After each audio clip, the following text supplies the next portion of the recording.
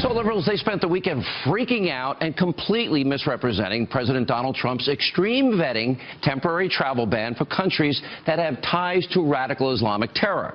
Tonight, we will separate right here fact from fiction, truth from hysteria, because that is exactly what is going on here. For example, yesterday, Senate Minority Leader Chuck Schumer welled up in tears and crocodile tears talking about the president's executive order. Really, Chuck? Watch this. So, this executive order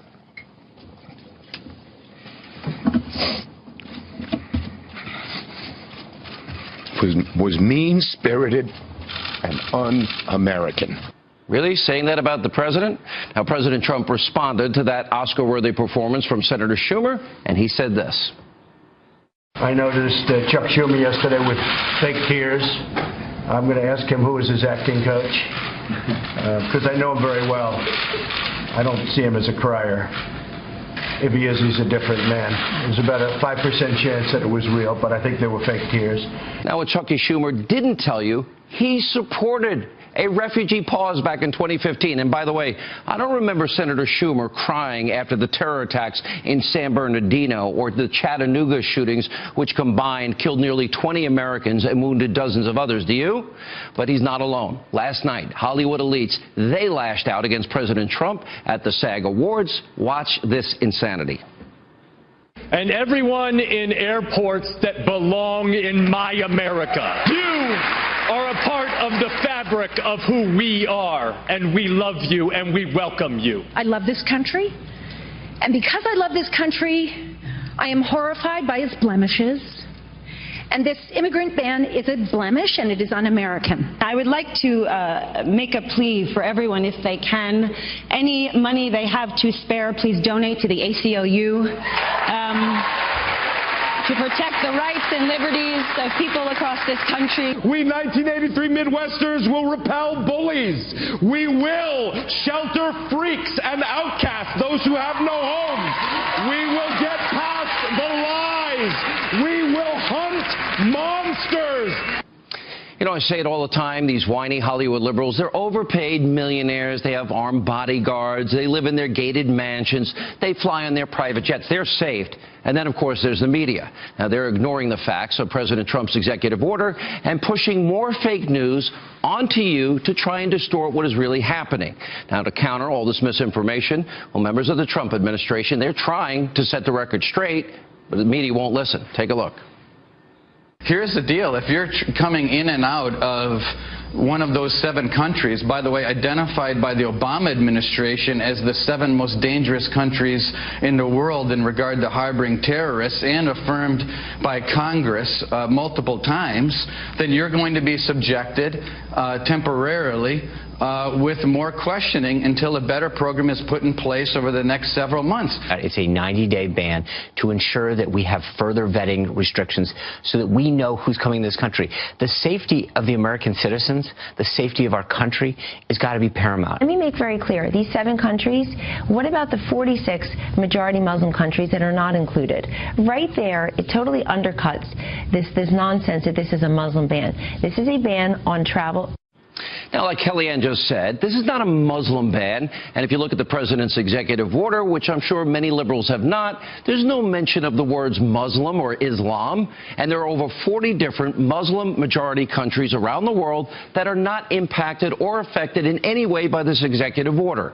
In fact, the list of 7 countries impacted by this ban comes from the Obama administration and Congress.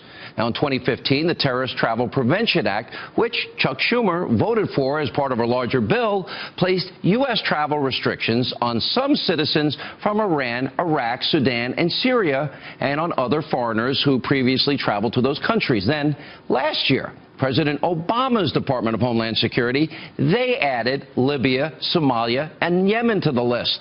So these countries were not randomly chosen by the Trump administration. And not to mention, most of these measures, they're temporary. Hear that? Temporary.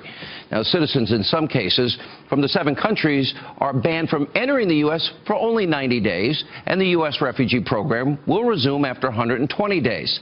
Now, the president did suspend the Syrian refugee program, but only until extreme vetting measures can be put in place, What the president is doing is giving national security officials the time they need to strengthen vetting, which is what he's been saying he would do for months. It was a major part of this campaign. As President Obama once said, well, campaign elections, they have consequences.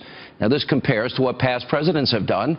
Now, back in 2011, after it was discovered that 2 Iraqi refugees living here in America were trying to assist al-Qaeda, well, President Obama reacted by suspending travel for some people from Iraq for 6 months. And after Iran took over the American embassy in Tehran in 1979, Democratic President Jimmy Carter, he imposed travel restrictions on all Iranians, including Iranian students that were studying in America. And Carter even had a few hundred of those students. They were deported. They were thrown out. Unlike what liberals have been saying, President Trump will still be accepting refugees. His executive order will allow for more than 50,000, which aside from 2016 is in line with previous amounts from past administrations. Now, not to mention top Obama officials, intelligence, national security officials, they have been repeatedly warning about ISIS infiltrating the refugee population. Remember this. Would that bring in Syrian refugees pose a greater risk to Americans?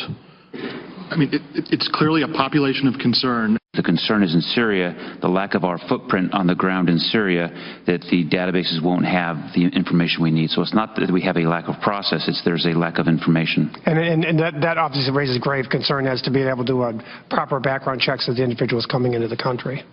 Yes. I don't obviously put it past the likes of ISIL to infiltrate operatives among these refugees. We can only query against that which we have collected. And so if someone has never made a ripple in the pond in Syria in a way that would get their identity or their interests reflected in our database, we can query our database till the cows come home, but we're not going to.